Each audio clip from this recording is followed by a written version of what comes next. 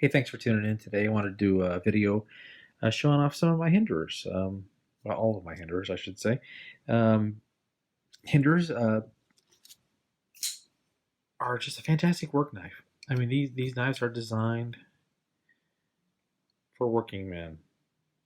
Um, well built, heavy built, but not what I would consider like overbuilt. I mean, they're not crazy like a Medford or something like that. They're where they're so thick and heavy. Um, you're not gonna, they're uncomfortable to carry because I've got a couple Medfords, which I like them. Um, but they're a lot of knife and not necessarily very practical for carrying around. For the average person. Um, I find for me for some of the work that I do, uh, this is just these are just some of the best all-purpose knives. They're rugged enough for a good workout. Um, Yet they're not crazy weight wise or heavy wise. So we'll just go over these really quick. I want to show you what I got here. Um, this is this is the MP1. Um, this is the all titanium frame, and this one has been I just can't help but I'm always pimping out my knives. So as you can see, I've done some coloration to this one. Uh, it's got the this the MP1 has this replaceable spacer here. There's some other tools you can get to go in there. I don't know what they've released yet. Honestly, I haven't looked since I purchased this one. These all have CPM S35V steel on all these knives. And it's just a variety of them. But this one's really cool. I don't know. It's hard. I'm not gonna sit here and say one's my favorite or something or anything like that because I do like them all. But this one just, I mean, it came with the best action. Hinder's riding on the nylon bushings, nylon washers rather, and so they're not known for their great flipping ability. A lot of times you have to play with them, loosen up the screws, uh, just enough. You can find that fine spot between, you know, if it's too loose, you're gonna get blade wobble, and you don't want that. But if it's too tight, you're not going to get any kind of action like that. This little one actually, it works best just using the stops as thumb studs. But so this is the MP1. This is the XM18 with the 3-inch blade, which in the Tanto style, obviously, really cool. I'm not a huge fan of Tantos, to be honest with you, but I wanted one of these so bad, and it just so happens my knife purveyor, Recon One, is where I buy my knives. This is what they had, and they got them in, and they sent me a text. Said, hey, we got the little hingers in. Says, okay, this Tanto, not really what I wanted. I'll take it.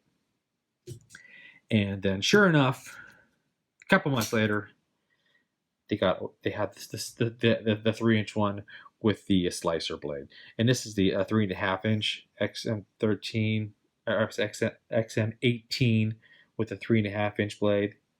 This is my first one I purchased. I did a little you know camo type.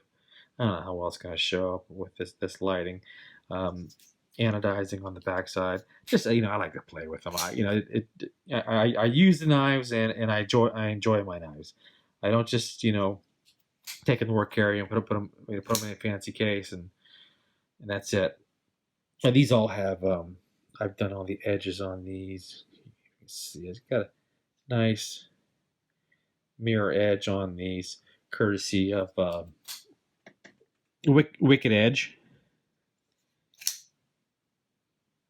Gotta get that light a little better on that one. I don't know. But the great thing about the steel the blades, the CPM S35V, and the way they treat it, they treat it is these hold an edge very well. I mean, the steel in general will get you a real nice sharp edge. Oh, but regardless of whatever steel, whatever maker, how they treat it and how they heat treat it and process it, it really makes the difference, all the difference in the world of edge retention and how how sharp you can get it and how long it'll hold. And like so these ones stay real nice. I take these to work, and if I'm breaking down boxes or doing whatever with it, come home, strop them up a little bit, then right back to razor sharp. This particular one is the XM18 uh, with the Tanto, and this is the fatty. Take a look at the standard XM18. You see the obvious thickness. So this has actually the standoffs for the XM24 in it to accommodate that fat blade, because the blade thickness is that of the um, XM24. XM24. I mean, I thought about getting that one, but it's just too big. I mean, it'd be nice to have just as a collection thing, but I'd never carry it. This is plenty big. I mean, I wear a large size glove, as you can see. We got a little extra in the purchase there. Um, fits the hand pretty well. This is a great size. I don't like anything too much bigger than that. These are pretty much 3.5 inch is my 3 to 3.5 inches is my sweet spot for a knife. I'm comfortable carrying it. Um, Anything bigger than that, yeah, I don't want to pull it out in public. That's for sure. And even at work, we work with a bunch of guys and whatnot. It's like, I don't want you whipping out that big old knife. It's just like, hey, what's up with this? What's up with this dude? Should I call HR? No, I'm not an HR threat or issue, so don't sweat it, guys. This little one, I like it a lot. It's a great little pocket knife. This is just, it's really light. These are all, even like this one. This is all titanium both sides, but it's beefy. It's got some heft to it. You got it in your pocket, and you'll know if it's not there. And same thing with this one as well. Great lockup on them. When there's like I said, I first got them. There's a little break-in period with them to get them. I got these flipping nice. These especially these larger ones with absolutely no play. And you really got to play with it. You got to back it off a little bit, and then wear it in. As it wears it in, you'll have to adjust it, and you'll probably have once you do. I can tell you right now, if you do back it off, you take it apart like I constantly do. I'm always playing with these things. You're gonna have to put some Loctite back on there, because they will spin loose on you if you don't, and then you'll find you'll sloppy blade by the end of the day. So if you're gonna take it apart to do whatever, or you want to fine adjust it to try to get to that sweet spot of flipping action, like I said, this little one, you can do it. It's not great, but any looser, if I back that off right now from where it is now, it's gonna get some wobble. But I tell you, with a thumb, that one's awesome. These ones, not real comfortable. You really can't.